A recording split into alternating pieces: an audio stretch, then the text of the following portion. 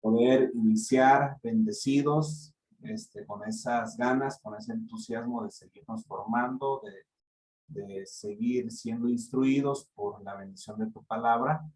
Y ya estamos a mitad de esta formación, en esta licenciatura, y pues nos quedan estos 2 semestres que serán intensos, que serán de mucha bendición, de mucha instrucción, pero sobre todo también de mucha transformación en nuestra vida personal. En tus manos nos ponemos, Espíritu Santo, y sé nuestra guía en esta lección, en esta materia de esta noche. En el nombre de Jesús, amén. Amén, amén. Pues Dios les bendiga nuevamente a todos. Les pongo por aquí lo que es la malla curricular de este tercer semestre. Hoy estaremos viendo la materia 25A, que tiene que ver con Psicología Pastoral 1. Estaremos viendo la semana que viene la 25B, Psicología Pastoral 2. Luego estaremos viendo la 25C, la Pastoral y la Psicología. Y enseguida estaremos viendo la 26A, que tiene que ver con Asesoría Pastoral. Muy importante esto que les voy a decir. De estas 4 lecturas que ustedes han de tener en este primer mes, la tarea va a ser que ustedes puedan hacer un ensayo de estas 3 materias, de estas 4 lecciones, de estas 4 lecturas. Es sumamente importante que hagan su resumen. Si no hacen su resumen de la lectura que les vamos a mandar semana a semana, lo más seguro es que a final del mes anden presionados, anden apurados por querer hacerles ensayo, y pues se van a ver en dificultad, ¿verdad? Ya cuando tengan su ensayo, pues únicamente van a responder por ahí algunas preguntas que se les va a hacer el ensayo, algunos enfoques que buscamos en el primer ensayo, que ya será dentro de un mes. Y también va a haber oportunidad de poderles decir las características de un ensayo, qué se busca a través de un ensayo, y para que estemos atentos. Si de alguna forma u otra no se hizo el resumen de esta semana, pues únicamente les invitamos, ¿no? Para que estén participando, hagan ese resumen, lo pueden hacer por escrito, lo pueden hacer en su computadora, y al final de cuentas, pues que puedan mandar ensayo y que puedan ir cumpliendo por ahí con sus tareas. Es una preparación, una formación que estarán recibiendo y que les estará dando forma, crecimiento, desarrollo para lo que viene para el cuarto semestre, ¿verdad? Todo tiene un porqué, lo estamos haciendo y esperando que sigan ustedes en esta formación que se les está dando. Bueno, voy a entrar a lo que es el resumen de esta semana. Es la materia 26 y les voy a presentar lo que es a ver, no, lo acomodo bien. En un momentito la tenía por aquí, semana 1. Ya, por aquí están, no están viendo mi pantalla, ¿verdad? No. ¿Alguien me ayuda por ahí si están viendo mi pantalla?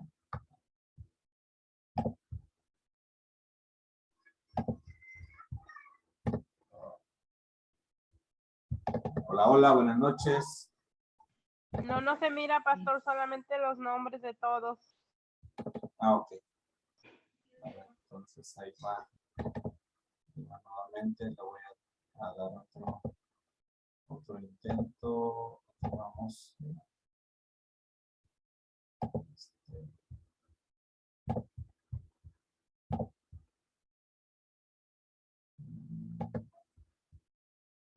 Aquí está.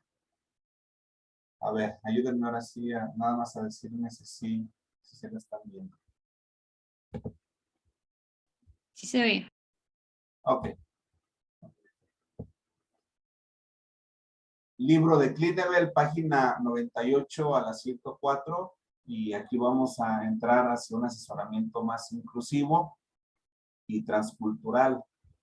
Entonces, en este pequeño resumen que, bueno, nosotros buscamos hacerlo buscamos algunos puntos sumamente importantes en la lectura que buscamos poder compartir con ustedes esta noche.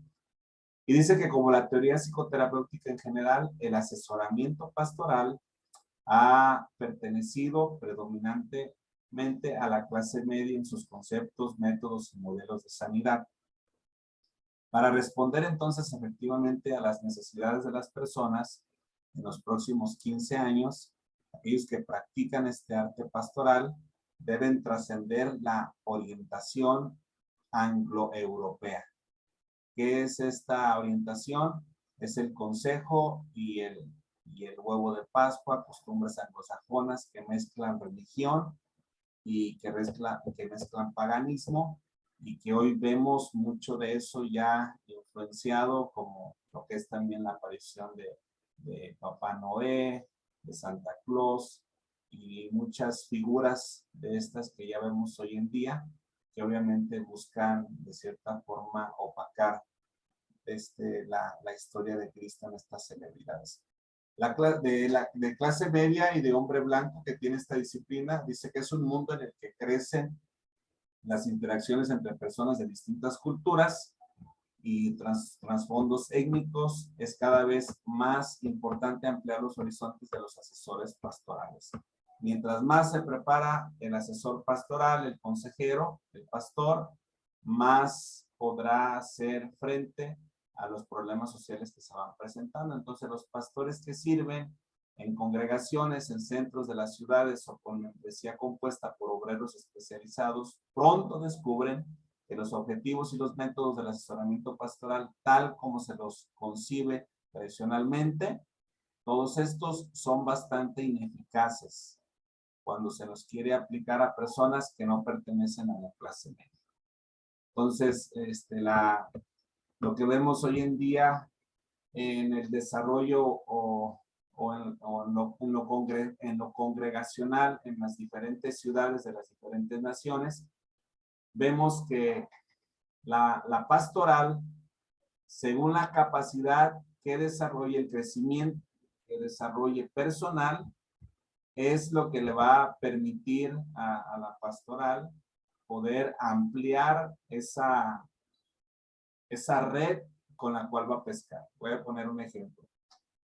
Si el pastor no tiene alguna preparación profesional, si navega con alguna ignorancia en cuestión de libros, de literatura, de conocimiento, de historia, de ciencia, de psicología, de pedagogía, de neurología, etcétera, que a final de cuentas son herramientas que necesitamos para impulsar la congregación a otro nivel. Si el pastor no tiene desarrollada esta habilidad de preparación, la red de pescar va a tener una medida y va a alcanzar a cierta clase de personas en la sociedad. Y por lo regular, no quisiera usar esta palabra, ¿verdad?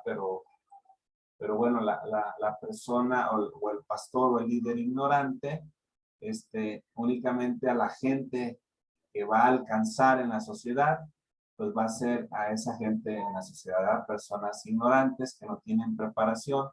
Ya el pastor que sube a la clase media, que ya se enfrenta a los medios sociales, que ya se enfrenta a la educación, que ya se enfrenta a la ciencia, que ya tiene una preparación académica más amplia, entonces su manera de predicar o de pescar será en esa clase media, ¿verdad? Ya no será en una clase baja de la sociedad.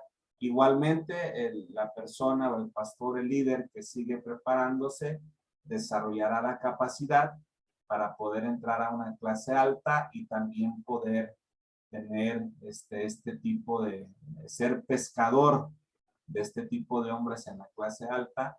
Pero para eso pues necesitamos saber cómo piensan, cuál es la preparación Por decir, hay un libro que se llama, está muy bueno, tiene que ver con la consejería, pero si tienen oportunidad de leerlo, de comprarlo y de prepararse para tener una vida pues, de más crecimiento y de más desarrollo, es un libro, el libro de Robert Kiyosaki, que se llama Padre Rico, Padre Pobre, y dice, ¿verdad?, en la introducción, lo que la gente rica le enseña a sus hijos.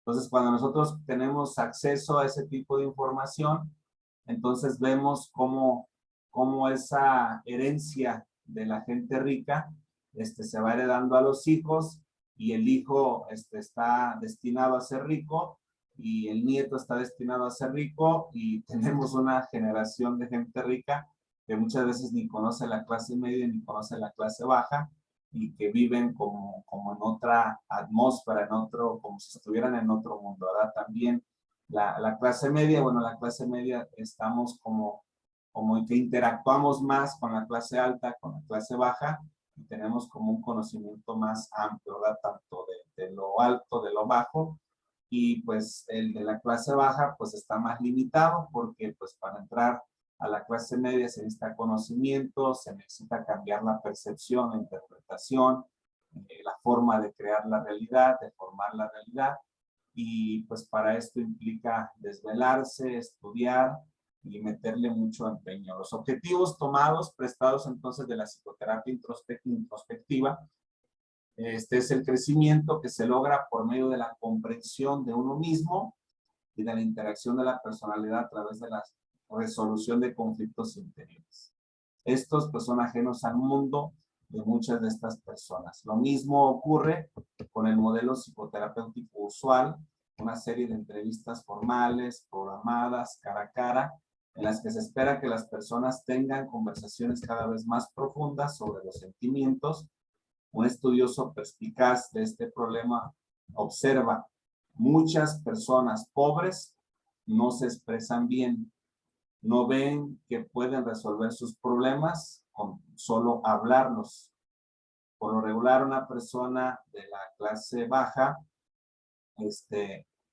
no tiene ese hábito de recurrir a terapia, de asistir a la consejería, a la asesoría, a la mentoría, al coaching. Por lo regular se justifican en otro tipo de formación, por lo que ignoran lo que sucede, ¿verdad? En estos casos. Y las personas de la clase alta pues tienen sus formadores, tienen sus consejeros, tienen quien les asesore y tienen quien les vaya dando seguimiento, ¿verdad? No estoy generalizando, pero por lo regular de esta forma se distingue personas de la clase alta. Y la clase alta no significa únicamente que tengan dinero, sino que significa que tienen preparación, que tienen conocimiento, que son profesionistas y que van avanzando. Y obviamente la forma de mirar la vida es muy diferente a la forma de vivirla en la clase media o en la clase baja. Entonces sus preocupaciones son inmediatas, son concretas y urgentes, necesitan ver soluciones pronto, a pesar de que la mejoría sea limitada.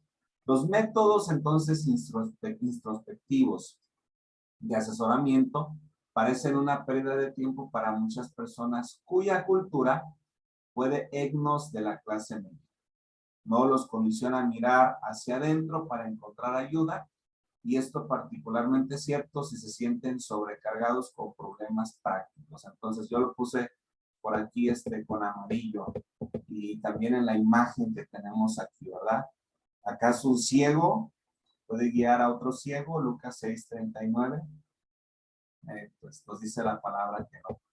Cuando los pastores, los líderes, los consejeros familiares que no han trascendido su trasfondo de clase media o de clase baja, atienden a estas personas, ellas muchas veces no regresan luego de esta primera sesión o de esta primera charla o de esta primera plática.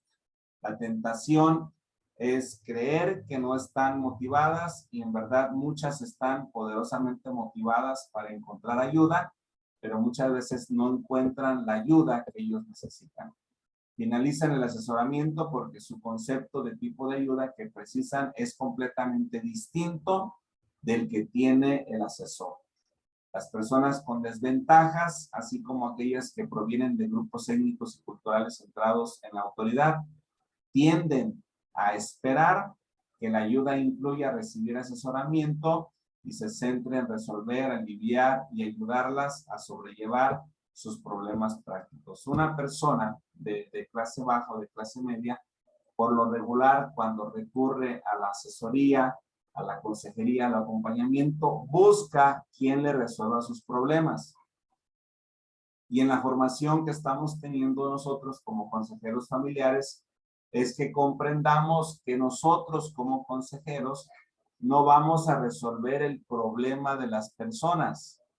Nosotros los vamos a escuchar con sabiduría, ya tenemos algunas estrategias, ya tenemos algunas metodologías, vamos a ir creando nuestra propia metodología de trabajo, de instrucción, de formación, de seguimiento en la consejería, para en su momento poder proponer, poder sugerir. Porque cuando nosotros le damos la solución al aconsejado, le damos la solución al paciente, le damos la solución a la persona, es como nos dice por ahí la literatura también. No enseñes a tu hijo, no le des el pescado a tu hijo, sino más bien enséñalo a pescar. Entonces, el enfoque efectivo en relación a las personas en desventaja económica que pertenecen a grupos étnicos y culturales centrados en la autoridad, dice que se basa en la crisis concreta que enfrentan. La primera meta es la de ayudar a estas personas a descubrir maneras prácticas de resolver sus crisis económicas. Es un alto porcentaje en el cual nosotros nos vamos a encontrar que muchas veces el centro del problema por el cual acude la persona a consejería, en un alto porcentaje tiene que ver con problemas de dinero, de economía, de mala administración, de deuda, y obviamente pues no se tiene como una preparación, ¿verdad?, de administración. Por lo regular la gente gasta más de lo que gana, y eso le lleva a que se esté endeudando, de que esté sacando de un lugar para ponerle a otro. Y a mí me tocó una experiencia bien sorprendente que me tocó en una ocasión atender a una persona que le debía a 23 instituciones bancarias. Ay, Dios mío, era una deuda que tremendo, y que la persona ya no dormía. Y es impresionante cómo una deuda de 50, de 60,000 pesos, se fue endeudando, la avalancha se hizo cada vez más grande, y pues ya al momento, ¿verdad?, que no hallaba la puerta, y hasta ese entonces recurre a consejería. Y pues es importante que nosotros estemos preparados para poder atender este tipo de crisis. Obviamente que esto nos obliga, nos responsabiliza a nosotros ser buenos administradores en nuestra economía, vivir de una manera próspera cotidianamente, y tener cierto respaldo moral que nos lleve a nosotros a poderle decir a la gente: sí se puede vivir mejor, puedes tener una mejor economía, pero hay que tener una educación financiera. Hay que mejorar la área de la administración, hay que darle al César lo que es del César, hay que darle a Dios lo que es de Dios, y meterlos a esa disciplina que muchas veces vive la clase baja en una burbuja de cristal de ignorancia que no le permite poder mirar como mira la clase media o como mira la clase alta. No se necesita una mejoría drástica ni total, sino una mejoría que aparezca bastante pronto en el proceso de la ayuda. Entonces, pues estas personas suelen ver a los clérigos como figuras con autoridad. El pastor muchas veces necesita tomar la iniciativa en darle a la persona la información que les será de utilidad, por decir, dónde encontrar un trabajo, dónde atender, tener una atención médica, y sugerencias sobre pasos constructivos pues, que deben darse para tener un sostén práctico.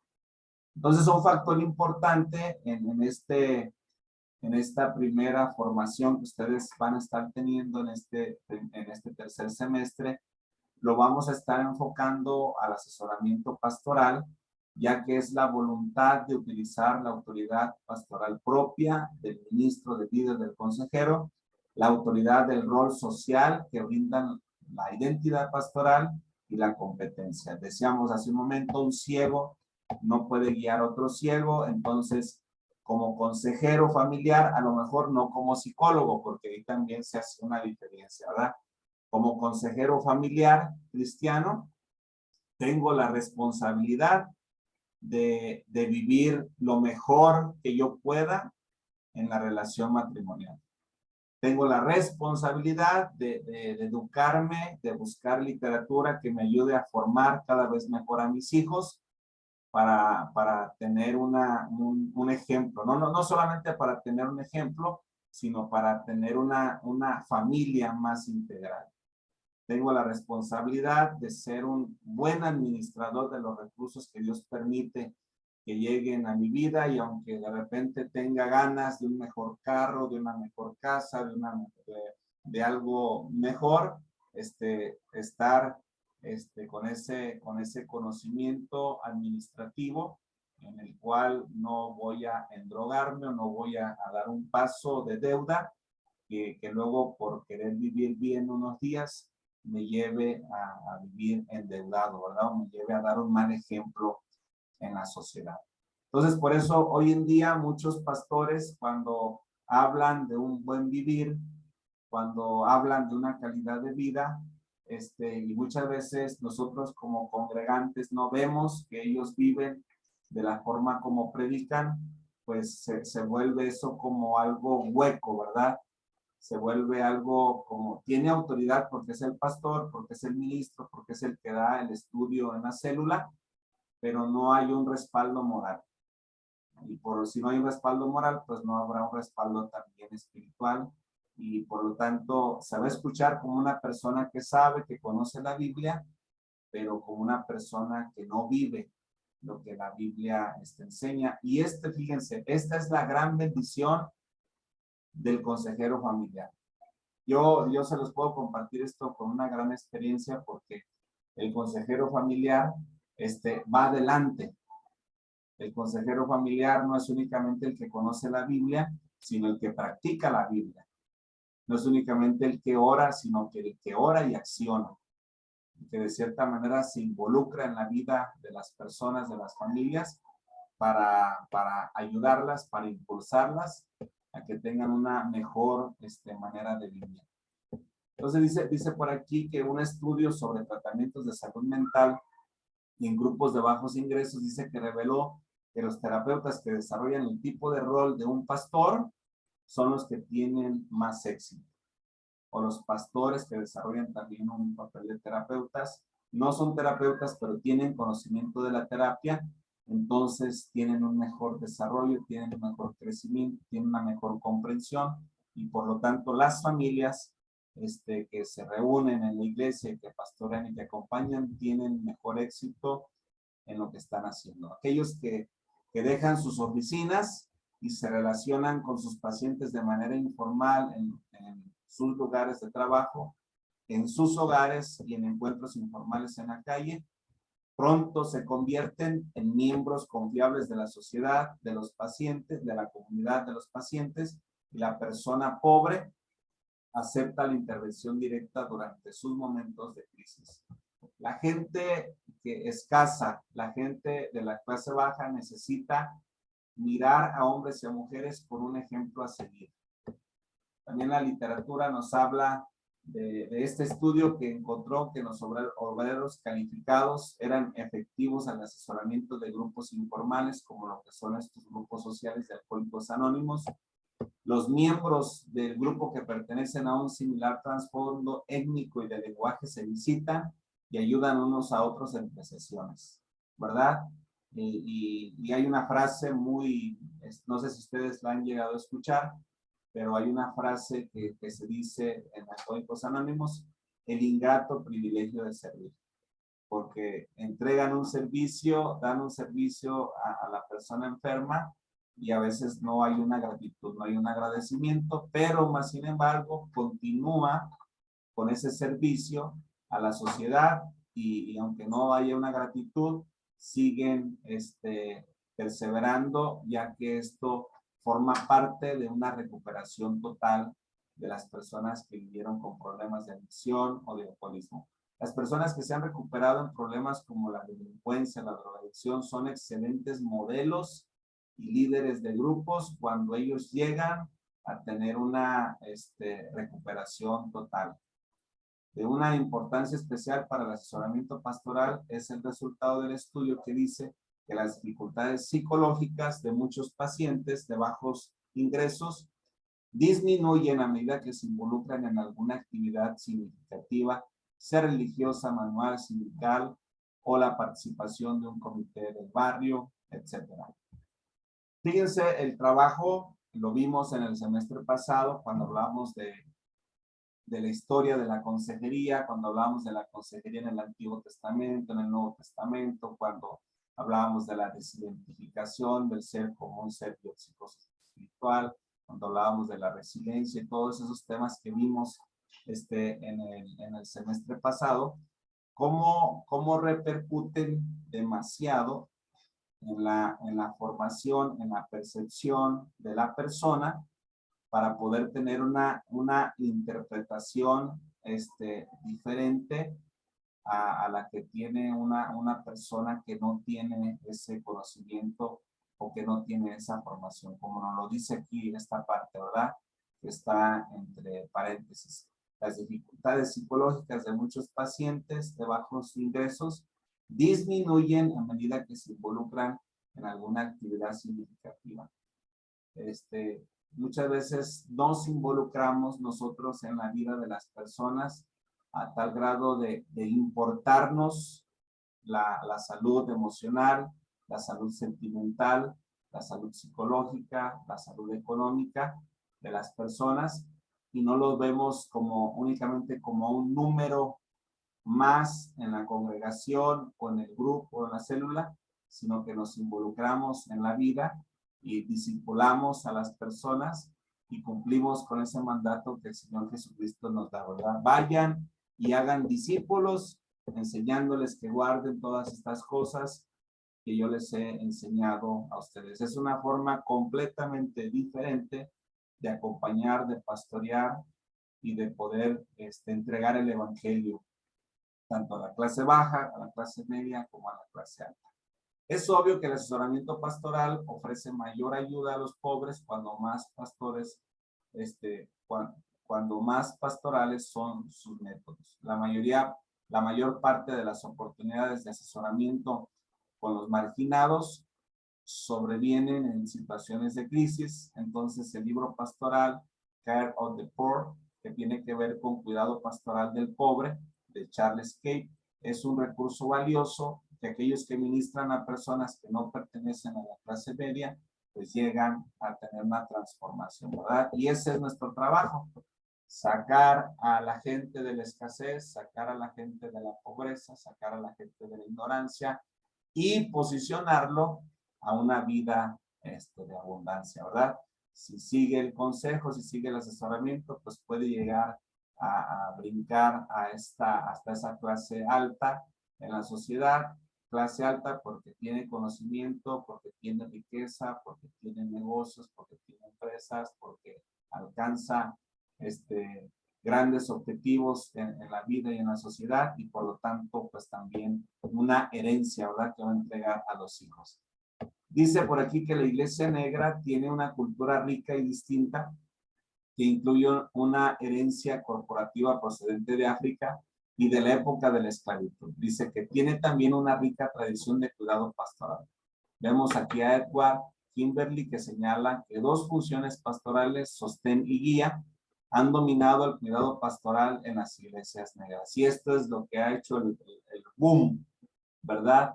Del acompañamiento, del asesoramiento, de la formación. Pero también dice que tiene lugar la santidad. A pesar de que el racismo y la opresión dañaron la personalidad de la gente negra, de la raza negra, la plenitud les llegó a muchas personas a través de la experiencia del amor de Dios para ellas con ellas. Cuando se pusieron en práctica los recursos del cuidado pastoral para tratar a personas que sufrían de baja autoestima y de odio en sí mismas, experimentaron que eran aceptadas como alguien ante los ojos de Dios y que nada tenía que ver su color, su cultura, su raza, su nación, su procedencia, sus padres, sino que Dios era el Dios de negros, de güeros, de blancos, de amarillos, de ricos, de pobres, de chaparros, de altos, y que era un Dios inclusivo, ¿verdad? Que no hacía exclusividad de las personas, como muchas veces lo vimos en los evangelios, cuando hablaba, en los hechos, perdón, cuando los apóstoles se enfocaban más en judaizar que de predicar la palabra. Y muchas veces hoy en día se sigue todavía ese espíritu, esa práctica, donde las cosas de Dios las hacen exclusivas y no las hacen inclusivas. ¿Cuál es la diferencia? Que para pertenecer a cierta institución religiosa tienes que hacer esto, esto, esto y esto. Y lo hacen exclusivo. Aquí solamente pueden venir estos. Y en la formación inclusiva es que están incluidos todos. Todos pueden formar parte, o sea, ricos, pobres, medios ricos, medios pobres, o sea, todos caben con una visión como la vemos, ¿verdad? Que se presentó aquí. Y el autoestima entonces de la raza negra comenzó a crecer, dejaron de ser oprimidos, la gente pobre pasó a dejar de ser gente pobre, y entonces la labor de la congregación, del pastor, del formador, en esta clase baja, pues fue un transformador, ¿verdad? Para que la gente recurriera a otra clase que formara parte de una diferente forma de vivir. Reflexionemos en esto. Uno de los mayores problemas que tenemos actualmente en la sociedad, como ya nos lo vino marcando el COVID-19, como nos lo están marcando ahorita las guerras, los rumores de guerras de Rusia con Ucrania, si vemos, si nos salimos un poquito de todas las noticias que recibimos y entramos a una revelación de la palabra, una revelación del Espíritu Santo en nuestra vida, entonces vamos a poder darnos cuenta que obviamente por el estudio y también la formación que vamos recibiendo, según Karl Marx dice que cada 90 o 100 años el mundo tiene que sufrir un golpe económico fuerte para que la superestructura, que es el orden mundial, se posicione cada vez más y los ricos sean más ricos y la estructura no tenga ese acceso o ese alcance a una superestructura. ¿Qué quiero decir con esto que dice Karl Marx? El golpe que nosotros tuvimos en la pandemia, en el COVID-19, más que ser un virus, fue un golpe empresarial. O sea, todas las empresas tenían que cerrar y tenían que seguir pagándole a los trabajadores. Y no tenían permiso a correr a los trabajadores, o sea, no producían, pero sí tenían que seguir pagando. ¿Y qué llevó esto? Pues a que las empresas se descapitalizaron. Entonces hubo un golpe económico muy fuerte, muchas empresas cerraron, muchos negocios desaparecieron, muchas iglesias ya no abrieron, y todo esto tiene que ver con el golpe económico que se dio. Ahora si miramos la guerra que vemos actualmente de Rusia con Ucrania, es el mismo objetivo, o sea, tiene que ver con riqueza, tiene que ver con tesoros que tiene ese lugar de Ucrania y que se busca, ¿verdad?, posesionar ese lugar para poder disfrutar de esa riqueza en Rusia. Y vemos que el problema que se tiene actualmente en la sociedad con las personas que nos va a tocar trabajar, por lo regular, en un alto porcentaje, el problema es porque la gente no tiene para comer, no tiene para pagar la renta, no tiene para el médico, no tiene para las vacaciones, no tiene para esto, para lo otro, para las necesidades básicas. Y nuestro trabajo como formadores o formadores, como consejeros familiares, es poder tener conocimiento del padecimiento, del sufrimiento que vive la persona, y lejos de mandarla a orar o de mandarla a ayunar o de mandarla a leer cierta parte de la escritura, lo que ocupan es un acompañamiento, o sea, alguien que se duela, alguien que se ponga en la brecha, alguien que llore con los que lloran, como nos lo habla la palabra, porque en su momento nos vamos a reír con ellos que ríen, ¿verdad? Entonces, en esta función dinámica, en su ministerio de guía y de sostén, el consejero familiar, aún más el sostén es la función de toda la congregación como una comunidad que cuida, lo que supera por mucho a la mayoría de las congregaciones de los blancos. La adoración y la predicación de los negros, los grupos de cuidado, reuniones de oración y sociedades para entierros, rituales como el bautismo, el funeral, todos proveen sostén y apoyo en las personas oprimidas. Y vemos, por decir aquí, diferentes imágenes, ¿verdad? De cómo las iglesias, pues omito por aquí, nombrar algunas de ellas, pero bueno, vemos aquí el ejemplo, ¿no? De qué forma estos clérigos o estos líderes, con ciertos trastornos, con ciertas desviaciones, con ciertas necesidades, pues son los líderes que tiene la sociedad, y obviamente que son muchas veces ellos mismos también los que propician un daño en la infancia, en la juventud, pues para que esto se propague también en la sociedad.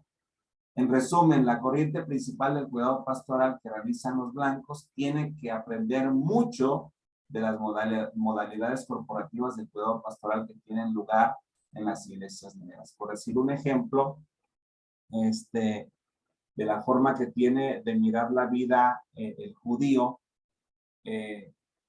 cuando llega una persona a conocer del Dios de Israel, del proveedor, del Dios todopoderoso, los judíos, pues nosotros sabemos que son gente rica, que es gente dominante, que es gente que estudia, que tiene conocimiento, que tiene preparación, que le da formación a sus hijos, que no tienen tantas libertades como de repente las tenemos nosotros en esta formación occidentalista. Pero la formación que ellos dan es de riqueza, y por lo tanto cuando una persona, según la historia, estoy recurriendo a la historia, cuando una persona ingresa a conocer ese Dios de los judíos, entonces lo que ellos hacen es reunir parte de su riqueza, decirle a la persona, ¿qué es lo que tú sabes hacer? No, pues que yo sé pescar y trabajo de pescador. Ok, de aquí en adelante ya no serás trabajador, te compramos tu lancha, te compramos tu red, te compramos todo lo que ocupes, lo que requieras, lo que necesites, y esto es tuyo. No nos tienes que pagar absolutamente nada. Esto es tuyo, trabaja, ten esa independencia económica, y a través de tener esa independencia económica, como pagarás el día de mañana, es que cuando comiences a percibir esa prosperidad y comiences a tener ese éxito económico en tu vida, el día de mañana nos ayudarás también a ayudar a alguien que venga con esta necesidad. Observen la formación que ellos tienen. Pero también cuando llega una persona y se le pone esto y se le ayuda a este tipo de persona, y la persona fracasa, se acaba eso que esa inversión que hicieron en él, jamás le vuelven a prestar. No hay misericordia para estas personas, y no aprovechan la ayuda.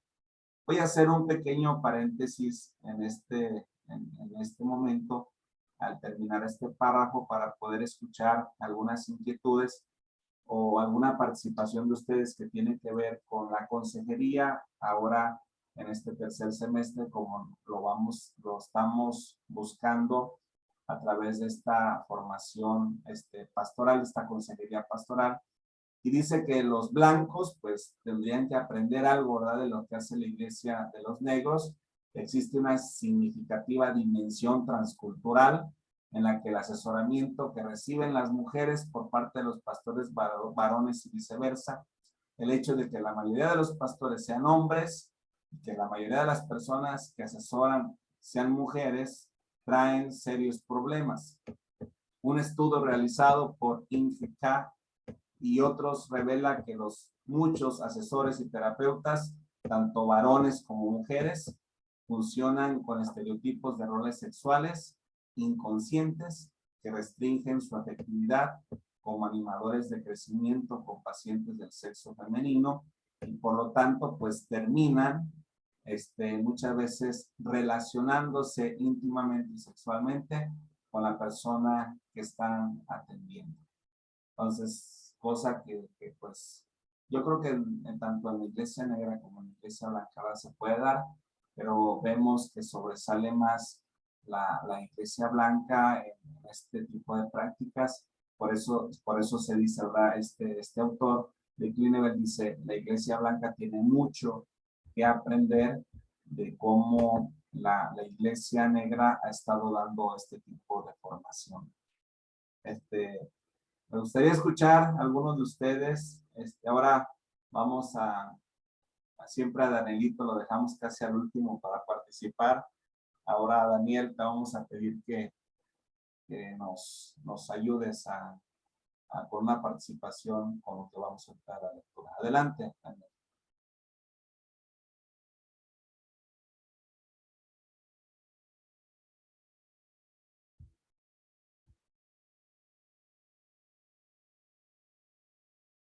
Si estás por ahí, Daniel, porque no, creo que no lo tenemos por ahí, o no sé, a lo mejor le da pena participar. Angélica, adelante, ¿qué nos puedes comentar acerca de esta lectura y de lo que vamos avanzando hasta ahorita? Adelante. Bendiciones, pastor. Adelante. Pues referente a la lectura, pues me ha golpeado poquito a mí. Ha hablado Dios a mi vida. Sí. Entonces, lo que más me ha llamado la atención es cómo un ciego puede guiar a otro ciego. Entonces, pues se puede decir que en lo personal mío estoy viendo que pues cada día vamos aprendiendo cosas nuevas. Entonces, pues Dios ha hablado a mi vida referente a esto, de que debemos de ser, si llega alguien como consejeros, debemos de ser ejemplo para ellos, no podemos, pues, hablarles ahorita que habla de lo que se viene de lo económico. Si uno tiene deudas, entonces no puede decir uno, pues no tengas deudas, porque pues nosotros, o sea, entonces la importancia de saber, porque a veces pues estamos dormidos, inconscientes, y esta preparación que estamos teniendo pues nos va despertando poco a poco. Entonces eso fue lo que me llamó la atención, debemos de estar bien en el matrimonio, con los hijos, entonces es lo que me llamó la atención a mí, de que debemos de ser ejemplo, porque pues no podemos un ciego guiar a otro ciego, pues no. Eso es lo que me llamó mucho la atención ahorita en la lectura. Sí, gracias, Angélica, por la participación y pues qué bendición, ¿no? Que puedas tener esta interpretación de la lectura y que esté siendo confrontada, ¿verdad? Como lo estás diciendo, porque pues obviamente la lectura no está para golpearnos o para eso, pero qué bueno que nosotros nos permitamos ser confrontados y que veamos. Yo hoy lo veo como una bendición, porque ser consejero familiar, o sea, como psicólogo, puedo ser hipócrita, porque pues la persona paga su consulta y a lo mejor lo veo por unas semanas, pero a lo mejor nunca va a saber quién soy, nunca va a conocer a mi esposa, nunca va a conocer mis hijos, y únicamente voy a hacer una labor de psicoterapeuta, de terapeuta, de psicólogo, pero no se compara con la consejería familiar, porque la consejería familiar nos lleva a involucrarnos en la vida de las personas, a que las personas conozcan mi familia, conozcan mis hijos, conozcan cómo vivo, conozcan cómo reacciono en situaciones de crisis, que me vean contento, que me vean enojado, que me vean cómo resuelvo problemas. Y a final de cuentas, las personas que guiamos, que aconsejamos, que asesoramos, que acompañamos, que les damos paternidad espiritual, miran ese ejemplo a nosotros y sienten, miran ese ejemplo a seguir, no solamente por lo que se predica, por lo que se enseña, por lo que se dice, sino por el ejemplo, ¿verdad? Que las palabras no están huecas y es una forma de poder liderar hoy en día la sociedad, lejos de tener iglesias de muchos miembros o de tener muchísima gente en las congregaciones. Lo que realmente nos ha llamado el Señor es poder formar familias, familias integrales que se recuperen, que salgan de sus deudas, que tengan una mejor forma de vivir y por lo tanto también detrás de esa familia vendrán muchas familias más, ¿verdad? Karina, no sé si puedas apoyarnos también con alguna participación. Adelante, Karina.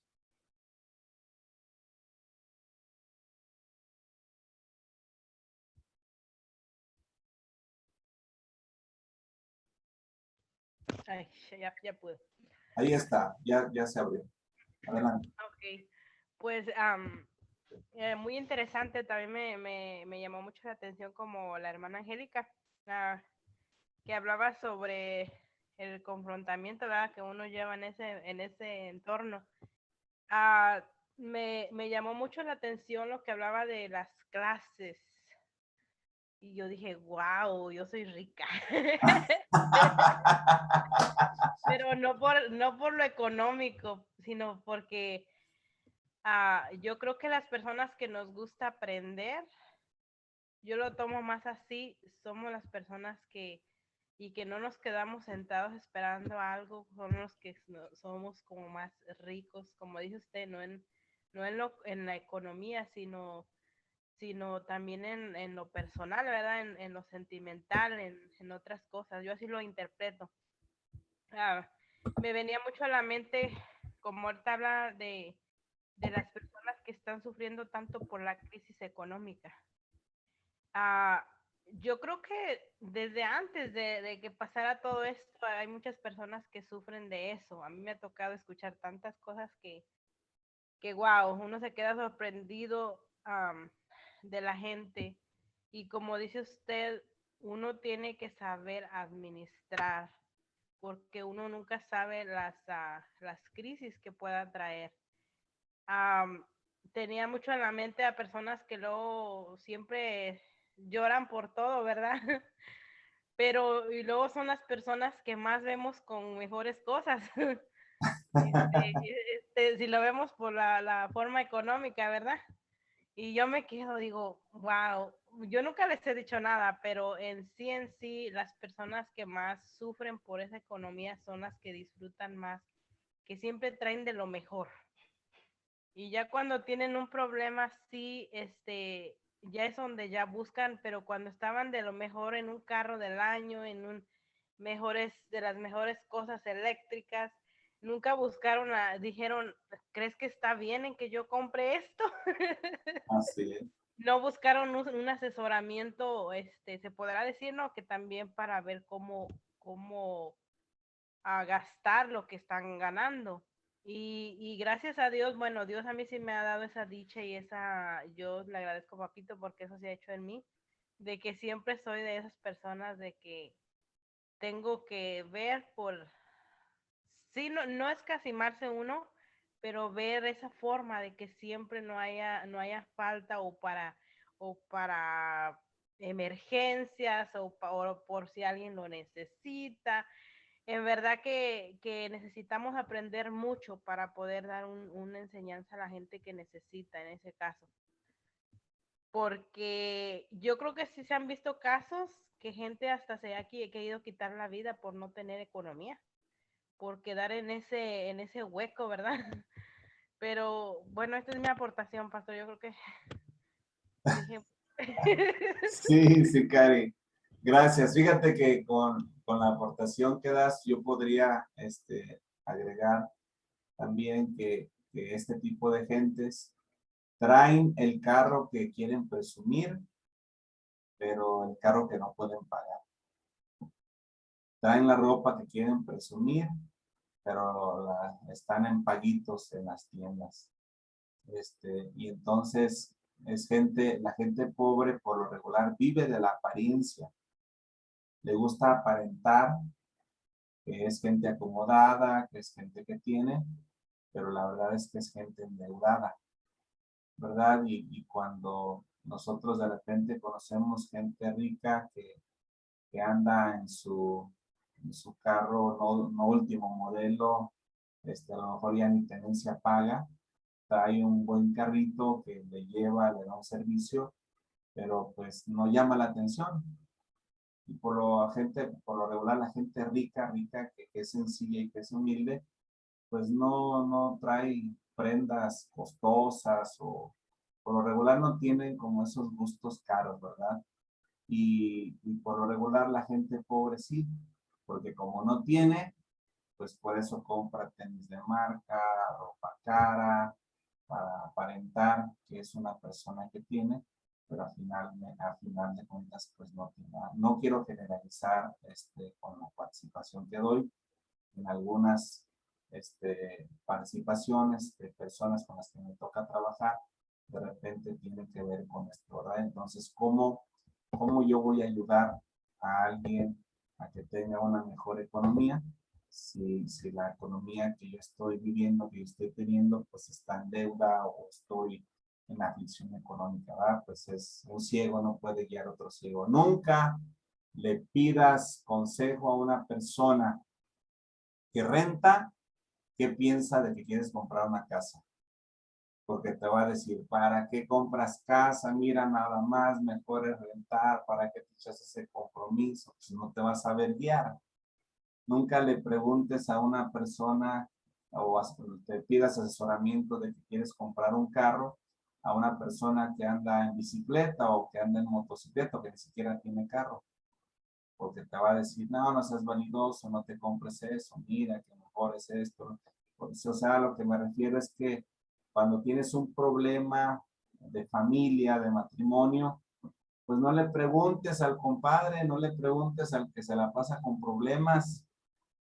O sea, pregúntale a la persona que la ves estable, a la persona que da un buen ejemplo. O sea, si tienes problemas sexuales, pues también no le andes contando tus problemas sexuales íntimos y menos al sexo opuesto, porque vas a terminar de adúltero o de adúltera, vas a terminar en pecado.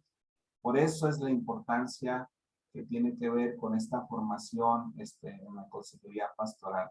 Dice por aquí, es imperativo que todos los asesores tomen conciencia de su propio sexismo y del impacto opresivo del sexismo de nuestra sociedad sobre los problemas tanto de mujeres como de hombres.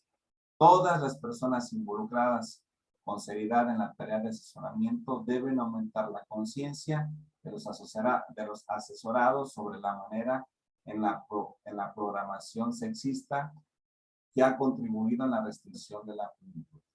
Dice por aquí, el sexismo es la discriminación ejercida sobre las personas en base de su sexo como sinónimo sexista al género, ya que se les consideran inferiores por presentar características del mismo.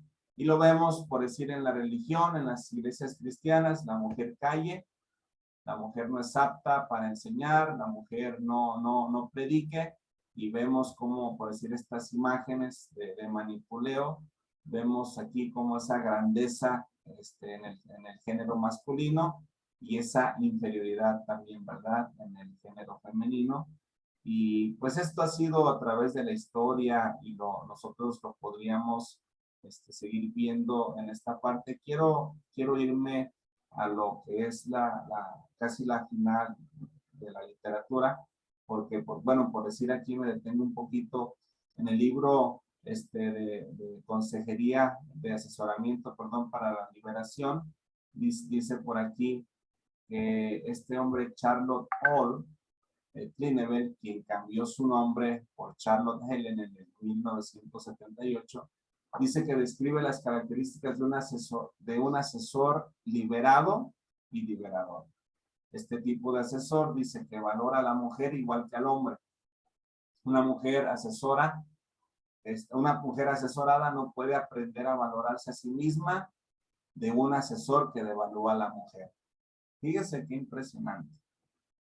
Y si tenemos a una mujer de consejera que está resentida con el hombre y le llega un hombre a la consejería, pues imagínate a dónde lo va a mandar. Dice que cree en la igualdad completa entre mujeres y hombres con todos los niveles y en todas las áreas de la vida pública y privada, en el trabajo y en el hogar. Dice que es consciente del hecho de que los estereotipos culturales profundamente establecidos tienden a influenciarlo o influenciarla en el nivel inconsciente, a pesar de que intelectualmente él o ella rechacen este tipo de estereotipos. También dice que no está a la defensiva, ni es pretencioso, ni emite juicios.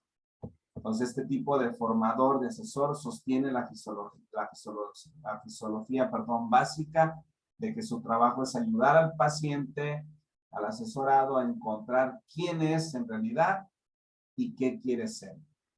Esto significa plantear otras elecciones y opciones a personas que no se les hubiera ocurrido. Y en el número 6 dice que constantemente es consciente de sus limitaciones a trabajar con personas del sexo opuesto. Cuando como hombres y como consejeros familiares estamos teniendo problemas de satisfacción sexual con nuestra pareja, es un peligro que atendamos mujeres, porque vamos a andar con esa necesidad no suplida. Y luego cuando escuchemos el sufrimiento que aquella mujer abra su necesidad íntimo sexual, corre el riesgo el consejero familiar de engancharse con este tipo de relación. Y es lo que vemos, que muchos pastores terminan acostándose con las mujeres, con las congregantes dentro de la iglesia, o que muchos líderes terminan metiéndose con mujeres o mujeres con hombres, porque decían, oh, pues que era el consejero, ahora la consejera, pero es un peligro en nosotros como consejeros no tener suplida esa necesidad sexual, esa necesidad que tenemos como hombres y también lo que se tiene como mujeres, por decir, si la mujer que es consejera no tiene suplida la necesidad de atención, de caricias, de detalles por parte de su hombre, cuando esté atendiendo a aquel hombre en la consejería, y le hable de esas partes débiles, pues es como está vacía esa área de atención, ese vaso emocional, sentimental está vacío en aquella mujer, pues hay mucha posibilidad de que termine enganchándose o enredándose sentimentalmente con aquella persona. Por eso es un peligro esta parte. Y pues este ejemplo que nos pone este hombre en esta lectura, pues dice que este tipo de consejero es consciente, ¿verdad? O sea, si ahorita estoy teniendo problemas de esto con mi pareja, pues ahorita voy a omitir, ahorita no voy a atender este tipo de personas. Dice que está en proceso de convertirse en una persona más plenamente andrógena y alienta al asesorado y al paciente para que también lo hagan. O sea, tiene una interpretación andrológica muy diferente a lo que puede tener otro tipo de persona, y la andrología pues tiene que ver con la forma de cómo interpretan el mundo los adultos, ¿verdad? Y esto pues da una plenitud en la formación que nosotros ofrecemos. Por último, vemos en esta imagen que cada ser humano tiene en sí mismo la capacidad de trascender, y el trabajo de nosotros como consejeros es guiarlos, es instruirlos para que ellos caminen bajo esta instrucción, crezcan, se desarrollen y sigan avanzando. Por último, aquí vemos ese rol del miembro de la iglesia. Dice que el rol del miembro de la iglesia tiene que ver con ser consciente de las necesidades propias y actuales, compartir cualquiera de ellas durante las sesiones en su acompañamiento, ser consciente de que como las respuestas del pastor o las de uno dicen, aumentan y disminuyen el deseo de compartir más con más profundidad. Y aquí entre paréntesis pongo el discutir esto con los demás durante los periodos de devolución, pues nos va a llevar a nosotros a poder tener una mejor interpretación.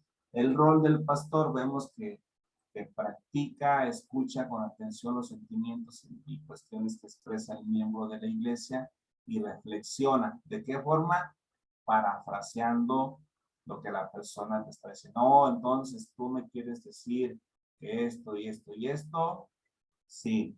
No, yo no le quiero decir esto. Y entonces en esa parafrasear nos lleva a un puente de comunicación para poder entender nosotros realmente lo que la persona está tratando de decirme y sobre todo que también la persona se sienta entendida, porque de repente la gente habla y luego dicen, sí me entiende, ¿verdad? Y uno, sí, aunque no estés entendiendo nada.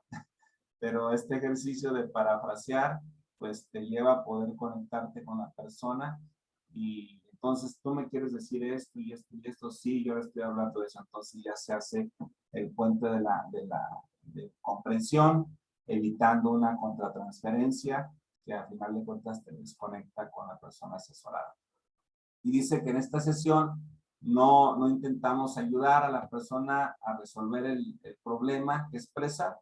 En lugar de ello nos concentramos en estar presente de lleno, escuchando con cuidado y respondiendo precisa y cálidamente a todo lo que el miembro comunique por medio de palabras, tono de voz, lenguaje corporal, solo de respuestas C, respuestas comprensivas.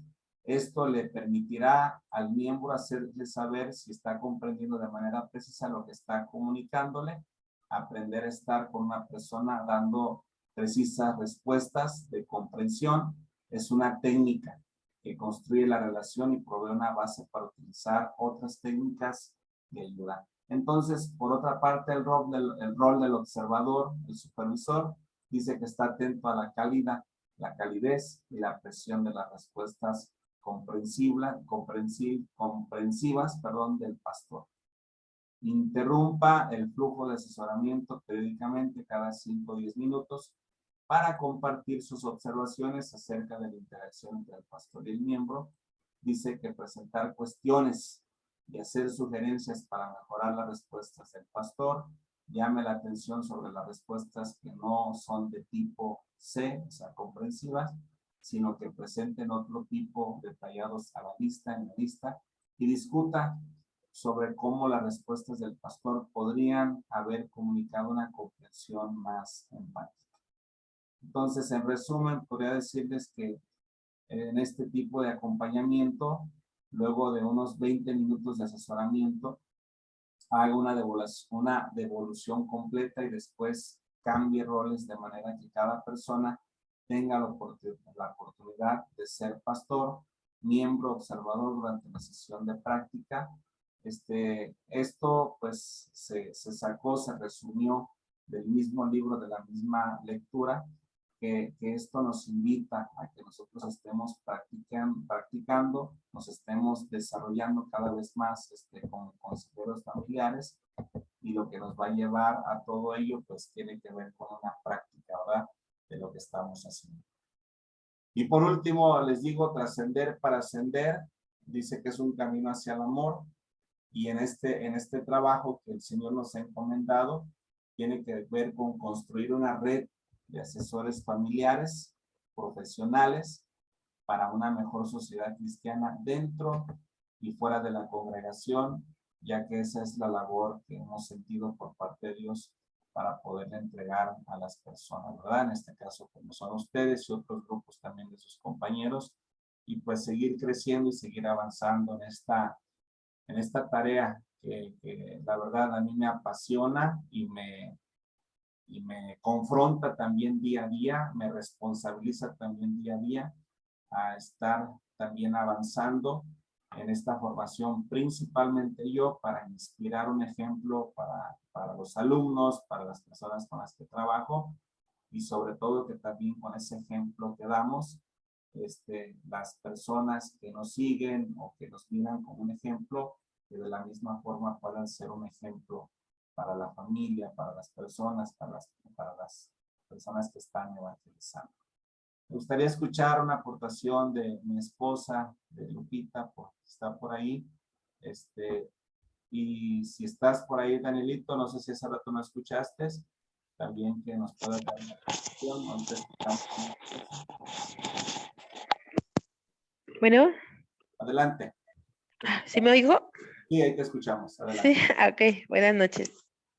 Ahorita que estabas hablando de eso de la gente que debe y debe, ahí me pasó con una compañera que pasó un mes y nada que me dio de algo que le vendí. Y ya la veo apenas hace poquito y le digo, oye, pues es que te daste un mes y no me diste nada. Me dice, ay, no te preocupes, ya espérame la otra quincena. Además, es como un ahorro para ti. Y yo me quedé, ¿qué? Y sí, y me acuerdo que también otra compañera me dijo de ella, pero ¿por qué nosotros no estrenamos y andamos hasta vendiendo cosas extras aparte de nuestro trabajo para poder comprarnos cosas? Y hay otras personas que estrenan cada semana, cada mes y presumen lo que no tienen. Pero pues ahora sí que la conciencia pues de cada quien, ¿no? Porque, por ejemplo, le comentó a ella, digo, ¿y tú tienes deudas? Dice, no, trato de no tener deudas. Digo, pues yo tampoco. Le digo, pero vivimos a gusto, dormimos a gusto. Le digo, y ella pues tiene que irse temprano, tiene que faltar y le anda siempre sacando la vuelta a la gente que le anda cobrando. Así es que no vive feliz. Ajá. Y bueno, pues eso fue en comparación de una persona que ahora sí que no le redarguye la conciencia el deber. Ujú. También me estaba acordando de, de otra cosa, pero ya se me fue. Ya se me fue, pero es muy importante pues ser congruente de pues, sí, ya me acordé, de cuando estaba en una iglesia anterior, tuvimos una reunión de esposas de pastores y y pues ahí se sinceraron algunas y ya después se hizo una oración y muchas esposas de pastores reflejaron que no vivían felices, se sentían frustradas, no sentían el amor, el aprecio de su esposo y que muchas de ellas se sentían como a un lado, a un cero a la izquierda, que a veces tenían que aparentar algo que no era a la congregación, no eran completamente pues felices porque el pastor se debía más a la congregación que a su familia. Y pues sí es algo frustrante y pues yo pienso que efectivamente un consejero pues sí tiene un reto importante. El primero, quererse a sí mismo y pues sí, que era nuestra familia para poder, eh, la abundancia de nuestro corazón, que eso pueda salir, el poder demostrar este amor a los demás. Que los bendiga. Ok, gracias, amor. Gracias por compartir. Daniel, ¿estás por ahí? Estamos terminando. No sé si tenga problemas Daniel con su audio, pero bueno. Bueno, pues esta fue la primer materia de este tercer semestre. Si tienen alguna pregunta, algún comentario o algo, háganos saber ahí en el chat.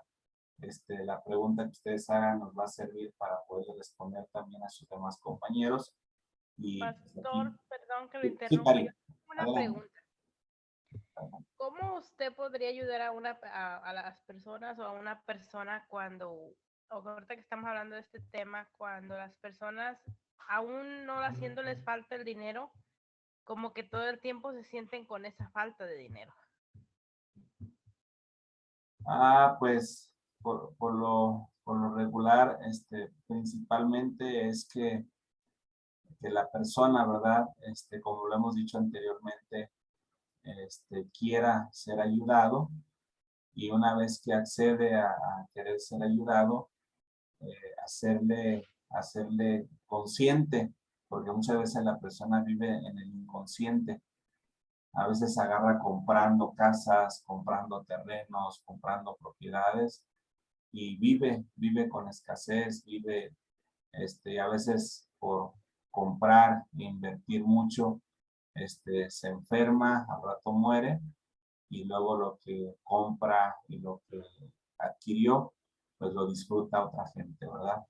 Entonces, pues en esto que acabas por aquí de comentar, sí es importante que nosotros vayamos recibiendo esa formación de cómo poder llevar a la gente del consciente al inconsciente, de cómo, de las diferentes estrategias que nos va dando el Espíritu Santo, metodologías que vamos aprendiendo día por día para poderle ayudar, ¿verdad?, a la gente que se dé cuenta, que se está dando cuenta, y por lo tanto la percepción de la persona cambie, porque como lo decías en la pregunta, a veces que ellos tienen y no se dan cuenta que tienen, y viven en un espíritu de pobreza, tienen la forma de vivir mejor y de estar mejor, pero más sin embargo castigan a la esposa, castigan a los hijos a vivir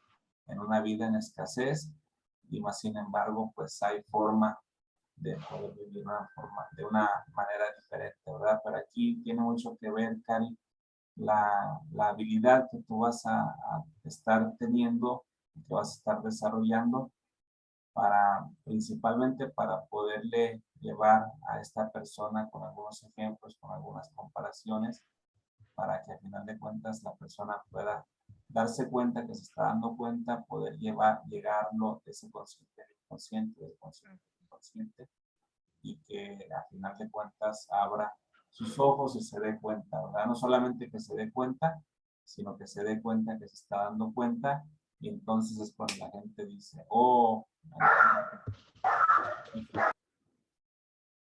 no sé si haya respondido por ahí la pregunta, Cari.